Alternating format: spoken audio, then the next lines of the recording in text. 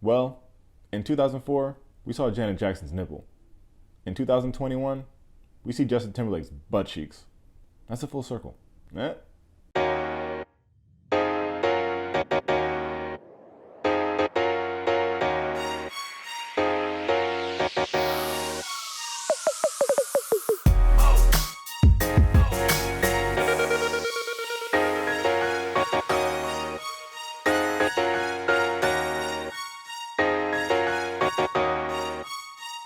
Alright, welcome to Tate's Take. If you're new here, I do spoiler-free movie and TV reviews. Give you a little background, basically know if I think it's worth checking out or not. If that's something you're into, go ahead and hit that subscribe button for your boy. For my regular Tate's Takers, let's see how many stars I'm going to hand this one. Get it? Because it's called Palmer, and I said hand? Ugh, never mind. Palmer is a new movie coming to Apple TV Plus that was written by Cheryl Guerrero and directed by Fisher Stevens, who I didn't recognize by name.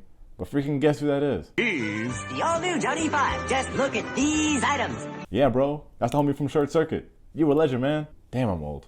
Anyway, of course he has other acting credits, and he's directed other stuff like the climate change documentary, Before the Flood, that was produced by Leonardo DiCaprio. It stars Justin Timberlake, who you may know from being freaking Justin Timberlake.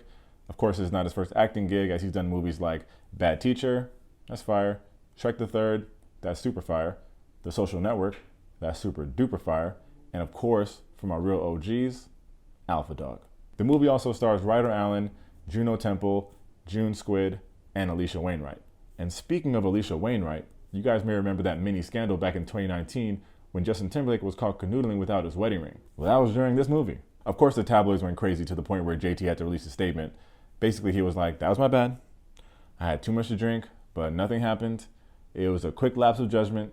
End of story. Maybe I'm off my hinges, but I believe you. The tabloids will take anything and run with it, but if he said sorry, it's cool with me. So that was the hot gossip for this episode of Tate's Take. Sponsored, of course, by Lipton's Piping Hot Tea. Alright, plot time. Palmer's about this dude named Eddie Palmer, who's played by Justin Timberlake. He was a Louisiana high school football star that got a full scholarship to play quarterback at LSU. Ew, go Gators. Anyway, his football career doesn't last long because he ends up getting into some trouble that lands him in prison.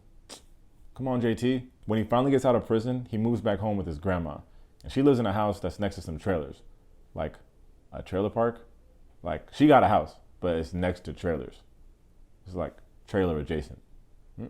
Anyway, there's this kid named Sam that lives in the trailer next door, but his mom's a drug addict and just leaves him alone for like weeks on end. But Sam just pulls up at Palmer's grandma's house because she takes care of him. She's just a nice lady like that. Only thing is, Sam is a boy that likes to play with dolls and dress up like a girl. Keep in mind I said this movie takes place in Louisiana. That's Sam. His mama took off. He'll be staying with us till she's back. You know you're a boy, right? Yeah. So Palmer's back home trying to get his complicated life back in order after prison. But he wasn't expecting to also have to watch over this kid with his own complications. And now we got a movie. So what's my take? This is the best movie I've seen all year. It's January. No, but seriously, this movie is actually great.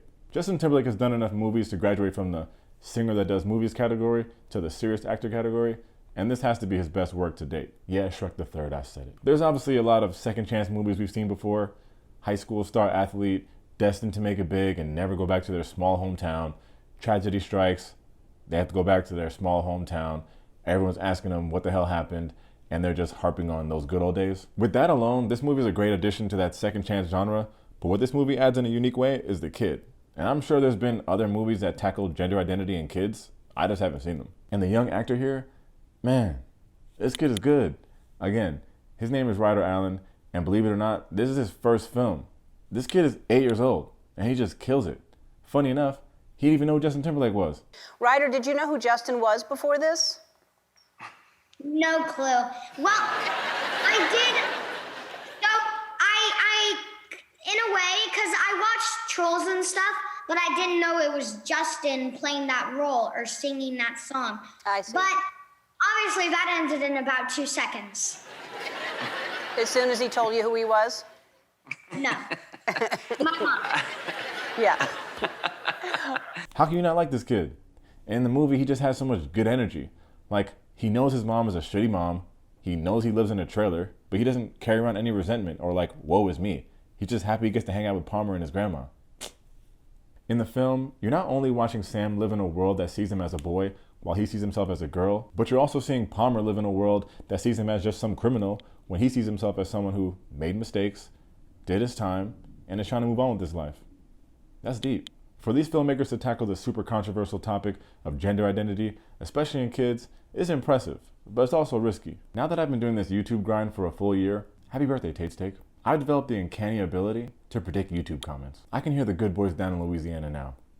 Boys are supposed to be boys, and girls are supposed to be girls. Boys can be cowboys, and girls, well, they can clean up after the cowboys and cook a dinner. A nice steak. Hearty. Medium. This is serious. Then, when they cool down after a nice swamp bath, they're gonna say, you need to boycott this movie because it's about Transformers. Transgenders? Yeah, transgenders. It ain't natural and it ain't right. Then I'm gonna do the Tate's Take sigh. Then I'm gonna do the Tate's Take okay. Okay. Then I'll explain why they're wrong. I'd probably tell them that researchers at the University of Washington have found that gender identity is as strong in transgender kids as it is in kids that identify as cisgender. Quick little glossary here. Transgender means people who have a gender identity that differs from their birth sex, and cisgender means people who have a gender identity that matches their birth sex.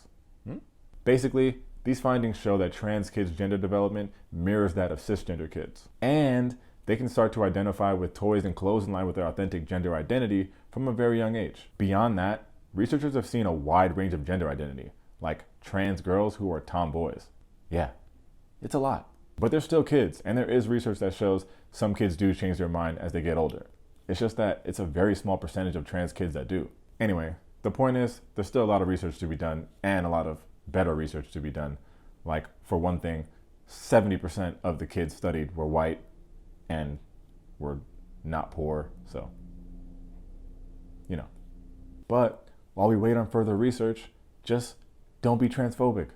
Be nice to kids. And if they're not bothering you, just wish them well and keep it moving. Human beings have such a terrible track record of accepting people that are different. Like, when will we learn? I'm gonna give Palmer 5 stars.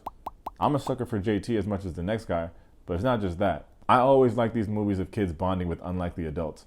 It's like a testament to show how much of a healing factor kids can be. If you saw The King of Staten Island, Pete Davidson's character didn't start growing up until you had to start watching those kids. Also, one of my favorite movies ever that no one ever talks about, Peanut Butter Falcon.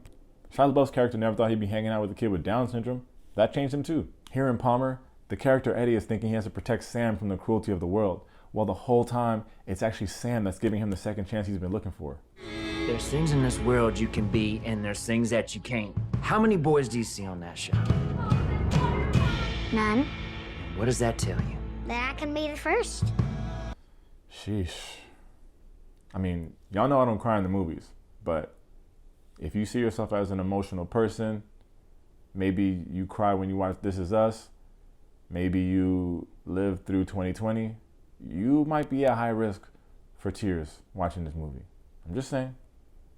I'm warning you. I'm doing the service to tell you in advance. So be prepared. That's all it is. Again, Palmer is coming to Apple TV Plus on Friday, January 29th. And if you've been taking advantage of the free Apple TV Plus trial from last year's Apple launches, they actually recently extended it, so you have free service through February of this year. So please check this movie out. It is fire. As always, thanks for checking out Tate's Take. If you enjoyed the video, make sure to hit that like and subscribe button. In the comments, let me know if you heard of this movie. Are you planning on checking it out? Do you like this movie? I don't know where it came from, but if it wasn't for that scandal, I would have never heard of it. But thankfully, my boy Mikey Yo kept me locked. Thanks for the time, y'all. Peace.